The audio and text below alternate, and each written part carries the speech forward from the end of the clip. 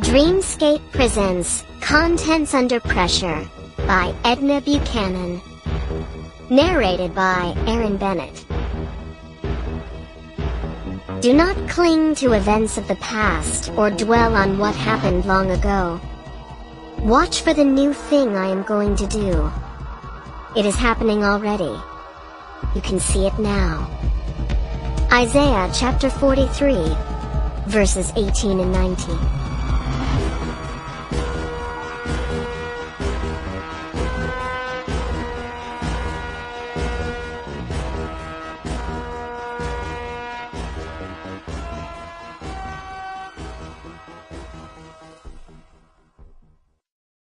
Chapter 1. I stopped to listen. So did a detective and several patrolmen, frozen in motion. One cocked his head and held his walkie up to his ear.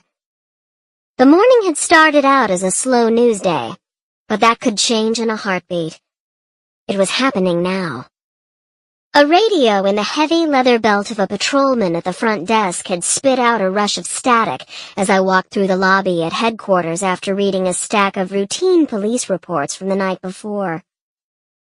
A high-pitched emergency signal had followed, then the clear-as-a-bell disembodied voice of a dispatcher giving the location, Sewanee Park Elementary School.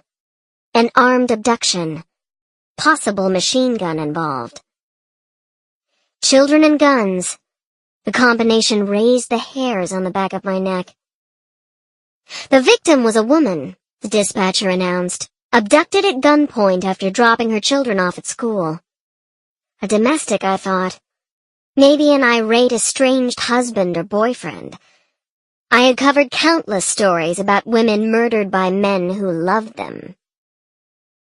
The address hung on the air, precisely enunciated by the coolly impassive dispatcher. The cop grounded by desk duty looked wistful as I quickly pushed through the heavy glass door into the sun-blasted parking lot, already 85 degrees at 8 a.m.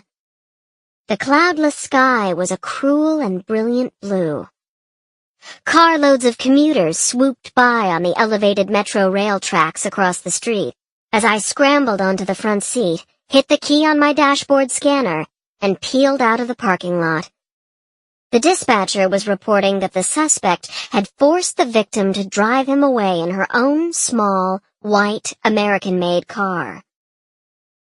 The crime scene was on the move out there somewhere, rolling through Monday morning rush hour traffic. I tried not to think about what had to be going on in the woman's mind. An Allpoints was out on her car, but nobody knew the exact make or tag number yet. Sewanee Park Elementary was the place to start. I drove, scanning oncoming traffic for a small white car with a terrified woman at the wheel. A Miami patrol car passed me like a heat-seeking missile, siren wailing, lights flashing. I hit the gas and stayed on its tail, accelerating past startled motorists who pulled to the side. I love it when the cops and I are bound for the same destination. There is no risk I'll be stopped for speeding. Their goal is to answer a call for help.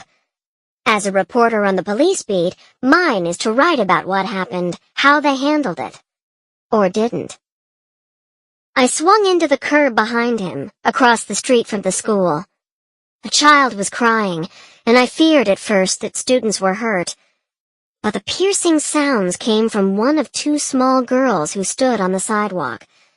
About 6 and 8 years old, they clung to one another, half surrounded by several men in uniform, a disheveled civilian, his white shirt torn open at the front, and a taller man, probably the principal, sweating in a suit and tie.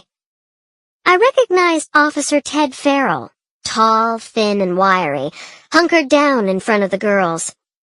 The little one wailed, while the other, wide-eyed and solemn, tried to answer the policeman's questions. Ted got to his feet and passed me on the way to his patrol car. Thought you worked midnights, I called out.